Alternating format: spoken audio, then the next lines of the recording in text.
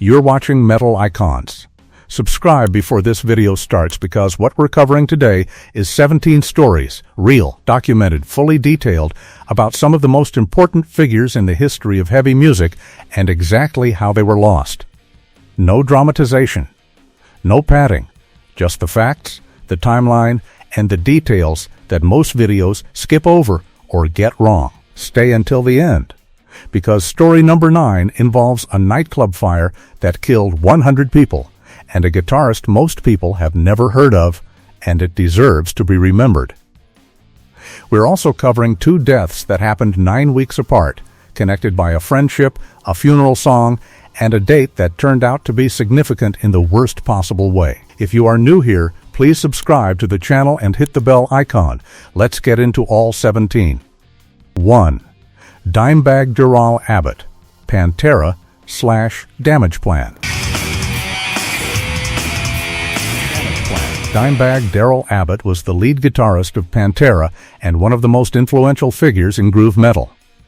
After Pantera's dissolution in 2003, he and his brother Vinnie formed Damage Plan and released Newfound Power in 2004.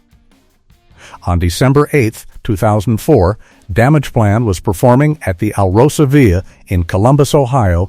A small club sold out. Seconds into the opening song, a 25-year-old named Nathan Gale rushed the stage and opened fire. Darrell was shot and killed on stage. 3 additional people were killed: security guard Jeff Thompson, Damage Plan crew member Aaron Halk, and fan Nathan Bray, a former Army soldier. A Columbus police officer arrived within minutes and fatally shot Gale, ending the attack. Dimebag Darrell was 38 years old. He was buried in a Kiss casket, a Gene Simmons merchandise item per his own wishes. Eddie Van Halen had one of his own guitars placed in the casket with him. That detail has been confirmed by multiple people present at the service. The Alrosa Villa attack permanently changed the conversation around stage security at live music venues. Metal detector adoption at small and mid-sized clubs increased significantly in its aftermath. 2. Cliff Burton, Metallica.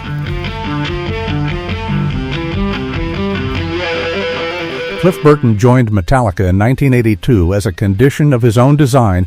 He would only join if the band relocated from Los Angeles to San Francisco. They agreed. He played on Kill 'Em All, Ride the Lightning, and Master of Puppets, and is credited as a primary creative force on all 3. In September 1986, Metallica was on a European tour following the release of Master of Puppets. After a show in Stockholm, the band boarded their tour bus for overnight travel.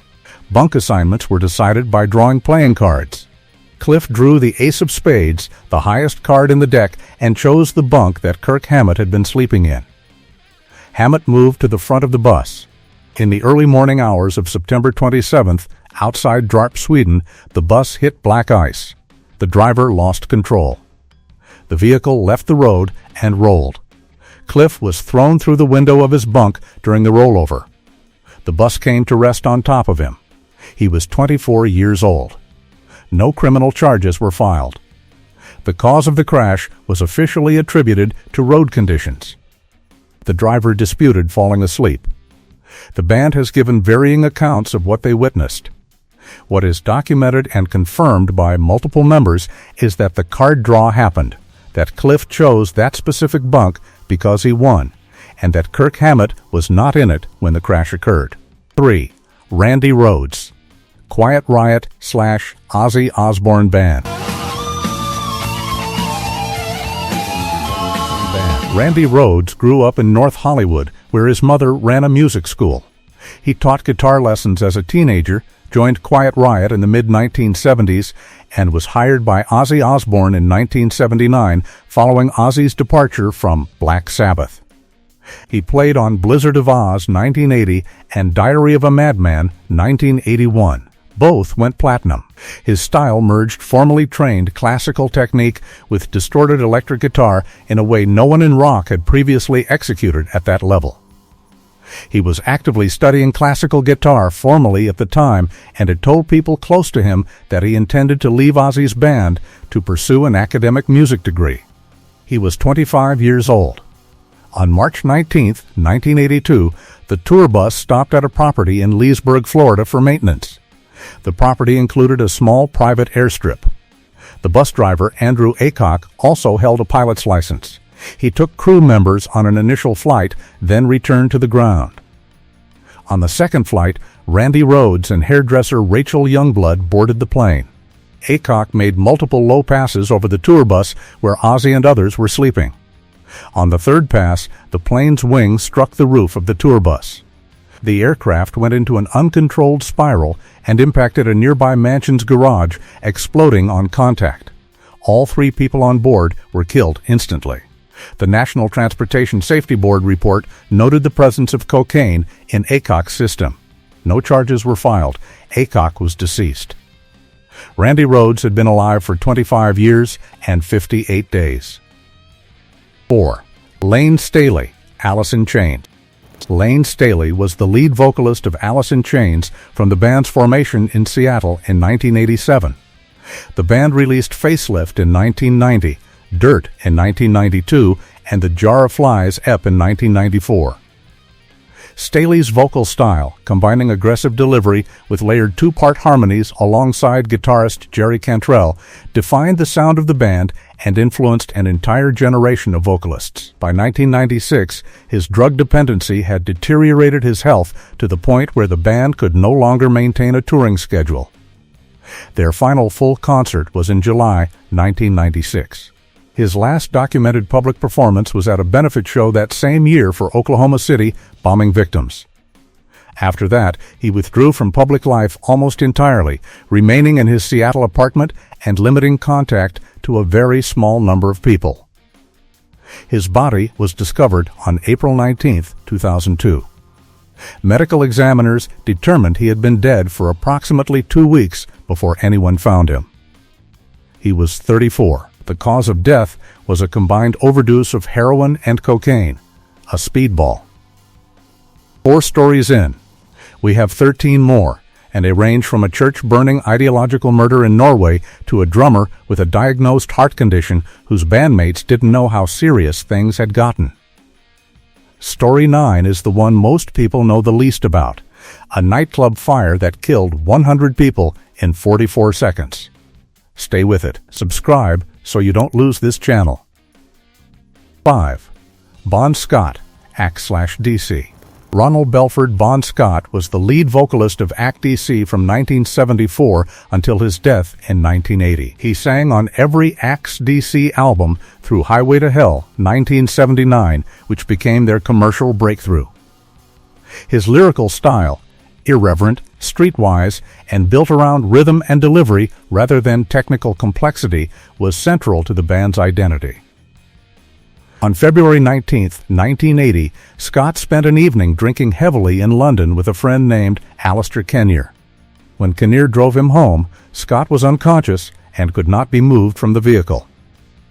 Kinnear made the decision to leave him in the car and go inside to sleep. The following morning, Scott was unresponsive. He was transported to King's College Hospital, where he was pronounced dead on arrival. He was 33 years old. The official cause was acute alcohol poisoning, recorded on the death certificate as death by misadventure. Act/DC considered disbanding. Drummer Phil Rudd, guitarist Angus Young, and bassist Mark Evans have all spoken in interviews about the extended internal discussion that followed. The band ultimately decided to continue, recruited Brian Johnson, and released Back in Black the same year, one of the best-selling albums in recorded music history. The album was dedicated to Bon Scott. 6. Euronymous, Mayhem. Eystein Aarseth founded Mayhem in Oslo in 1984. He operated a record store called Helvete, Norwegian for Hell, on Schweigardsgate Street in Oslo, which became the central meeting point for the developing Norwegian black metal scene. He founded the label Death Like Silence Productions and was the primary networking figure connecting musicians, journalists, and ideologues within the scene. By 1992 and 1993, multiple members of the black metal community were being investigated in connection with a series of church arsons across Norway. Over 50 churches were ultimately burned in the following years, with several individuals from the scene convicted. Varg Vikernes, who recorded as Burzum and had briefly played bass for Mayhem, had a deteriorating relationship with Arseth through 1993. The sources of conflict included financial disputes over a recording contract and personal animosity that had escalated publicly within the scene. On August 10, 1993, Vikernes drove from Bergen to Oslo with another individual. At Arseth's apartment, a confrontation occurred. Arseth was stabbed 23 times, twice in the head, 5 times in the neck, 16 times in the back. He was 25 years old. Vikernes was convicted of murder and multiple counts of arson. He was sentenced to 21 years in prison, the maximum under Norwegian law at the time, and was released in 2009 after serving 15 years. 7. Dead. Mayhem. Per Yngve Olen, stage name Dead, was a Swedish vocalist who joined Mayhem in 1988. He relocated from Sweden to Norway to live with the band in a shared rural property. His behavioral patterns during this period are extensively documented by people who were present. He buried his stage clothes weeks before shows so they would decay and carry the smell.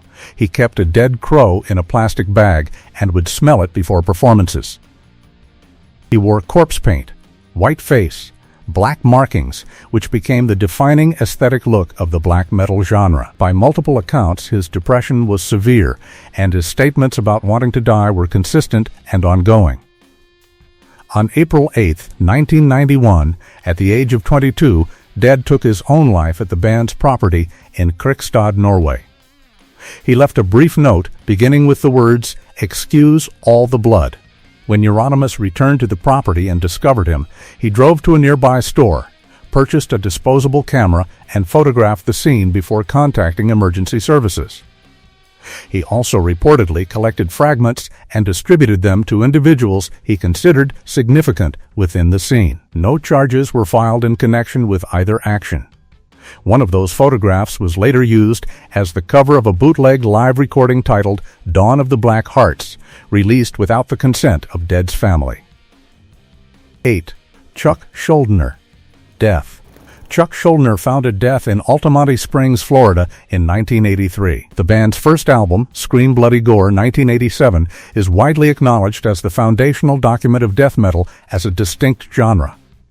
Schuldiner continued developing the band's sound across 7 albums, moving progressively toward technical and melodic complexity by the mid-1990s.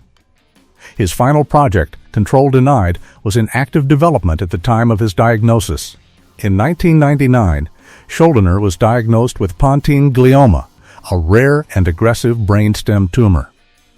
He did not have adequate health insurance coverage at the time of diagnosis, and his insurance company's handling of his treatment costs was disputed. The metal community organized multiple benefit concerts and public fundraising efforts. Participating artists included members of Korn, Slipknot, and the Red Hot Chili Peppers, among many others. He underwent radiation therapy, continued writing music, and remained in contact with collaborators throughout his treatment. He passed away on December 13, 2001. He was 34 years old. The combination of the illness itself, the financial obstacles he faced in accessing treatment, and his age at death have made his case one of the most frequently cited examples of systemic healthcare failures within the music community's ongoing conversations about artist welfare. 9. Ty Longley, Great White. Great White was a Los Angeles hard rock band active from the early 1980s. Their biggest commercial moment was the 1989 album Twice Shy, featuring their cover of Once Bitten, Twice Shy. They continued touring steadily into the 2000s. Ty Longley had joined the band as lead guitarist several years before the Station nightclub event and was an active member of the touring lineup. On February 20, 2003, Great White performed at the Station nightclub in West Warwick, Rhode Island.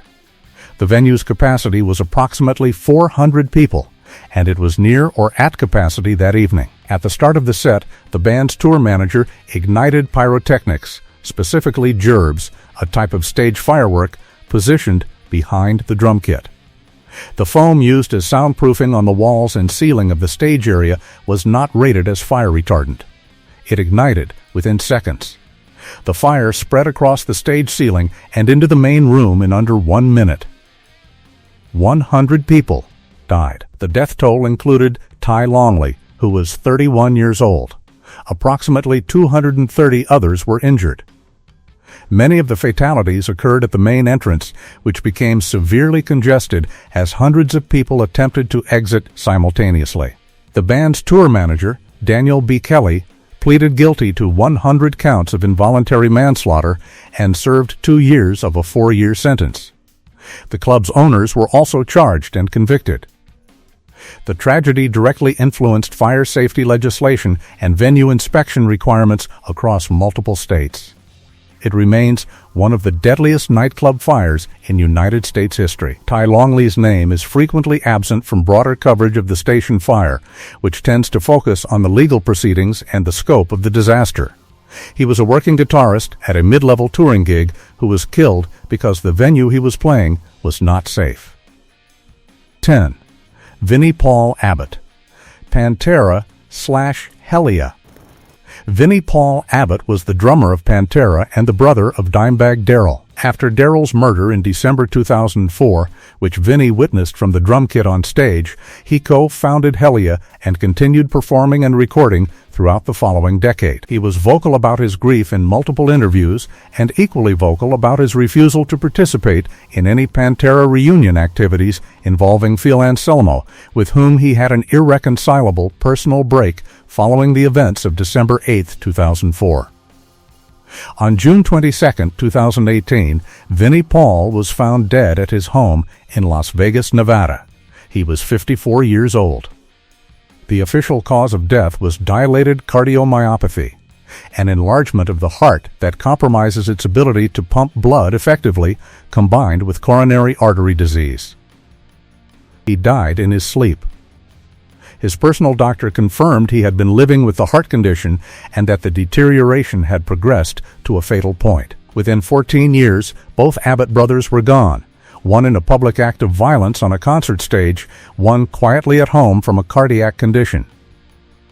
Pantera has not had a complete original lineup since 1996. 11. Jeff Hanneman, Slayer. Jeff Hanneman co-founded Slayer in 1981 and wrote or co-wrote the majority of their most significant material, including Raining Blood, Angel of Death, Seasons in the Abyss, and South of Heaven. He was the quieter of Slayer's 2 lead guitarists publicly, but was widely regarded by critics and fellow musicians as the primary creative architect of the band's catalog. In January 2011, Hanneman was bitten by a spider while at a friend's home. The bite led to a diagnosis of necrotizing fasciitis, a bacterial infection that destroys soft tissue at a rapid rate. He was hospitalized, underwent emergency surgery, and narrowly avoided amputation of his arm. Subsequent surgeries included skin grafting procedures. He underwent extended rehabilitation to recover basic motor function. He made a guest appearance at a Slayer concert in April 2011, which was celebrated by the metal community as evidence of his recovery. The band had brought in Gary Holt of Exodus to tour in his absence. On May 2, 2013, Jeff Hanneman died of liver failure at a hospital in Murrieta, California. He was 49. The official cause was liver failure attributed to alcohol-related cirrhosis. His wife told the press he had struggled with heavy drinking for years, and that the condition had worsened significantly during his recovery from the spider bite injury. His bandmates have stated publicly that they were not fully aware of the severity of his liver disease. 12. Chris Cornell, Soundgarden/Audioslave. Chris Cornell co-founded Soundgarden in Seattle in 1984. The band released 6 studio albums between 1989 and 2012, including Super Unknown 1994 and Down on the Upside 1996, both of which are considered definitive records of the grunge era. He also fronted Audioslave, released 4 solo albums, and wrote the Bond theme You Know My Name for Casino Royale 2006. Soundgarden reunited in 2010 and spent several years actively touring and recording.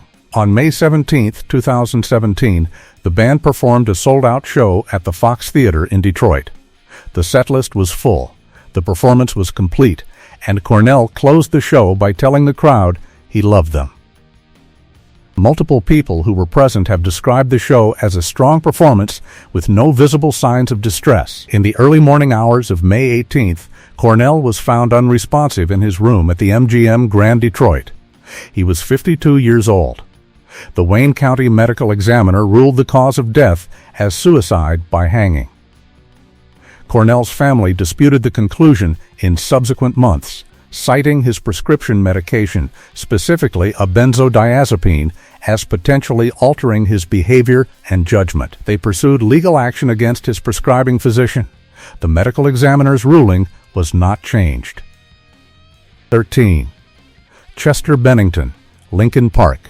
Chester Bennington was the co-lead vocalist of Linkin Park. The band's debut album, Hybrid Theory 2000 Dalits, has sold over 27 million copies worldwide. Their follow-up, Meteora 2003, sold over 16 million. Bennington's vocal approach, moving between melody, rap cadence, and an extended range scream, was foundational to the nu metal and alternative metal sound of the early 2000s. He was openly public throughout his career about childhood abuse, addiction history, and ongoing struggles with depression. He made those subjects central to his songwriting rather than concealing them. Chester Bennington and Chris Cornell were close personal friends. In the weeks following Cornell's death on May 18, 2017, Bennington delivered a solo performance of Hallelujah at Cornell's memorial service. Video of that performance was widely circulated. On July 20, 2017, the date that would have been Chris Cornell's 53rd birthday, Chester Bennington was found dead at his home in Palos Verdes Estates, California. He was 41 years old. The Los Angeles County coroner ruled the cause of death as suicide by hanging. The proximity of the two deaths, 9 weeks apart, the same method, between two close friends, prompted extensive coverage in mental health media and was cited by mental health organizations as a moment warranting direct public conversation about crisis resources, access to care, and the specific pressures faced by high-profile performers. 14. Peter Steele, typo negative. Peter Steele, born Petrus Thomas Ratajczyk in Brooklyn, New York, was the founder, bassist, vocalist, and primary songwriter of Typo Negative. He stood 6'8" and built the band's sound around slow, heavily layered gothic metal, long song structures, multi-tracked vocals, and lyrics that oscillated between romantic darkness and self-deprecating black humor. The band released 6 studio albums between 1991 and 2007. In 2005, the Typo Negative website posted an image of a gravestone bearing Steele's name and the years 1962-2005. Fans interpreted it as a death announcement. It was a joke, a reference to the band leaving their record label, Roadrunner Records. Steele found the panic it caused amusing and spoke about it in subsequent interviews. On April 14, 2010, Peter Steele died of heart failure at his home in Brooklyn. He was 48. Initial reports were met with skepticism from a portion of the fan base who recalled the 2005 website post. Confirmation came through official channels within hours. He had been open about his struggles with depression and substance abuse across multiple decades of interviews, including periods of hospitalization. He wrote about both subjects extensively in the band's lyrics. His death arrived with almost no advance public notice of deteriorating health. No extended illness was publicly known. 15. Paul Gray, Slipknot. Paul Gray was the bassist and a founding member of Slipknot, known within the band as #2. He was a primary songwriter on the band's first 4 studio albums, contributing to foundational tracks throughout their catalog.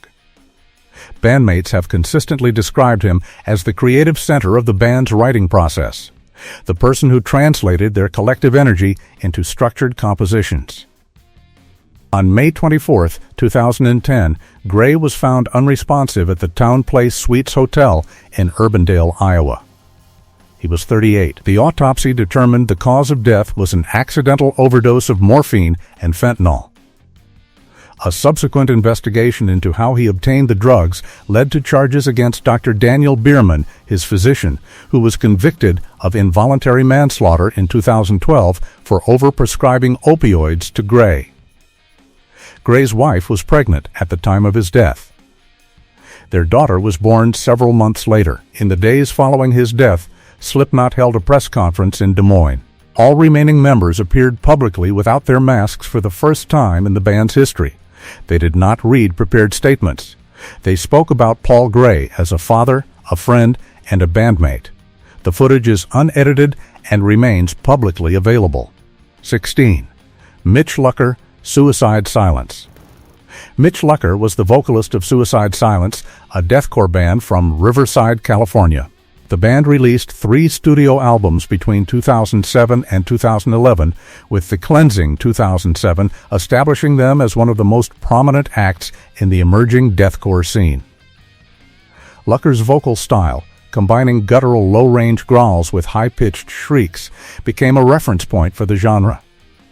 On the night of October 31, 2012, Lucker was riding his motorcycle in Huntington Beach, California. He lost control of the motorcycle and collided with a light pole.